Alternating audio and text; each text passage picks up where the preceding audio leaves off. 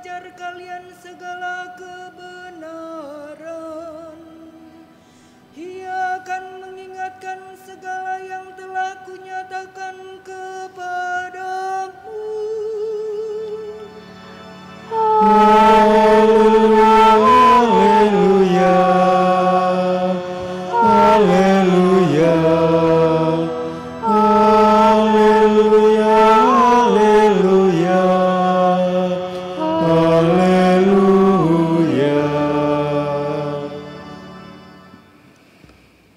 Tuhan bersamamu Dan bersama rohmu, Inilah Injil suci menurut Matius. dimuliakanlah Tuhan.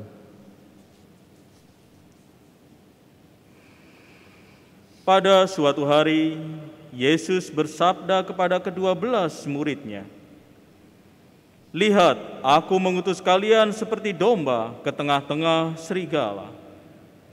Sebab itu hendaklah kalian cerdik seperti ular dan tulus seperti merpati. Tetapi waspadalah terhadap semua orang, sebab ada yang akan menyerahkan kalian kepada majelis agama, dan mereka akan menyesah kalian di rumah ibadatnya. Karena kalian akan digiring ke muka para penguasa dan raja-raja, sebagai suatu kesaksian bagi mereka dan bagi orang-orang yang tidak mengenal Allah. Apabila mereka menyerahkan kalian, janganlah kalian khawatir akan bagaimana dan akan apa yang harus kalian katakan. Karena semuanya itu akan dikurniakan kepadamu pada saat itu juga. Karena bukan kalian yang akan berbicara, melainkan Roh Bapamu. Dialah yang akan berbicara dalam dirimu. Orang akan menyerahkan saudaranya untuk dibunuh. Demikian pula seorang ayah terhadap anaknya.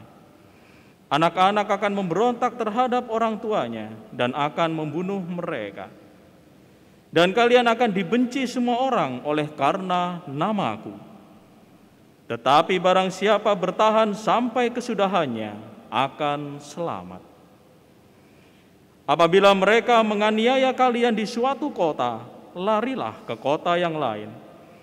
Aku berkata kepadamu, sungguh, sebelum kalian selesai mengunjungi kota-kota Israel, Anak Manusia sudah datang." Demikianlah sabda Tuhan. Terpujilah Kristus.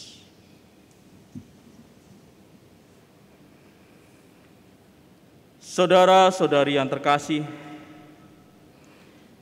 dari timur ke barat, selatan ke utara, semua makhluk akan segera bisa mengenal bahwa orang itu adalah orang Katolik karena sifat cinta kasihnya.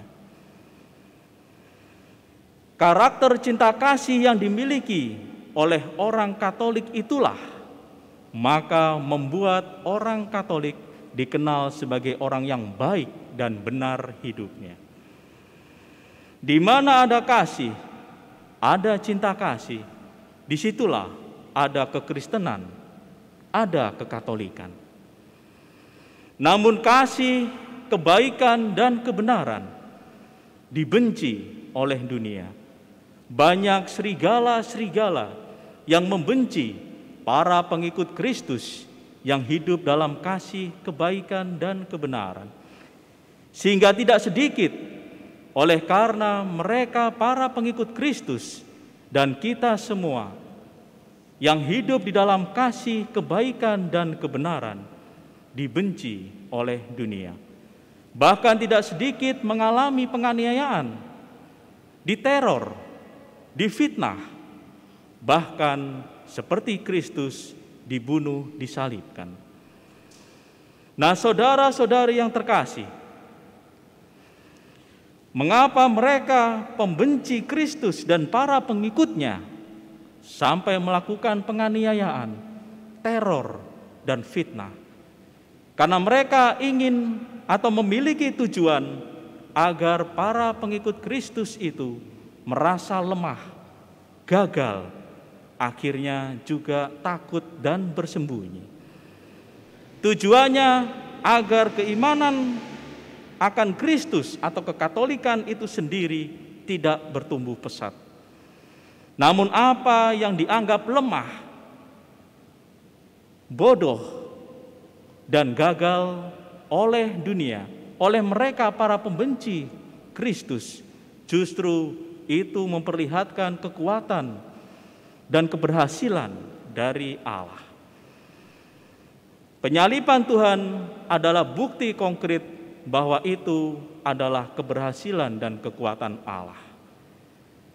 Justru merekalah sebaliknya yang gagal menjadi manusia karena hidup di dalam kebencian.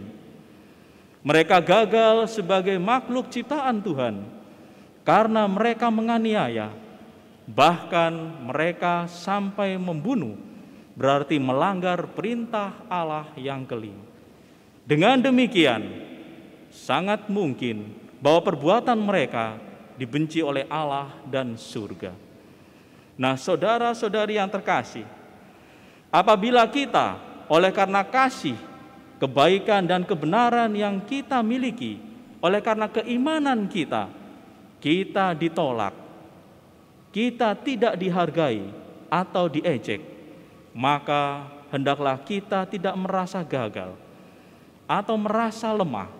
Sebab sesungguhnya kita apabila bertahan dalam mengasihi itu sendiri, maka janji Tuhan seturut Injil ini, maka kita akan selamat. Tuhan dalam janjinya seturut Injil akan selalu menyertai kita di dunia ini, bahkan di dunia yang akan datang.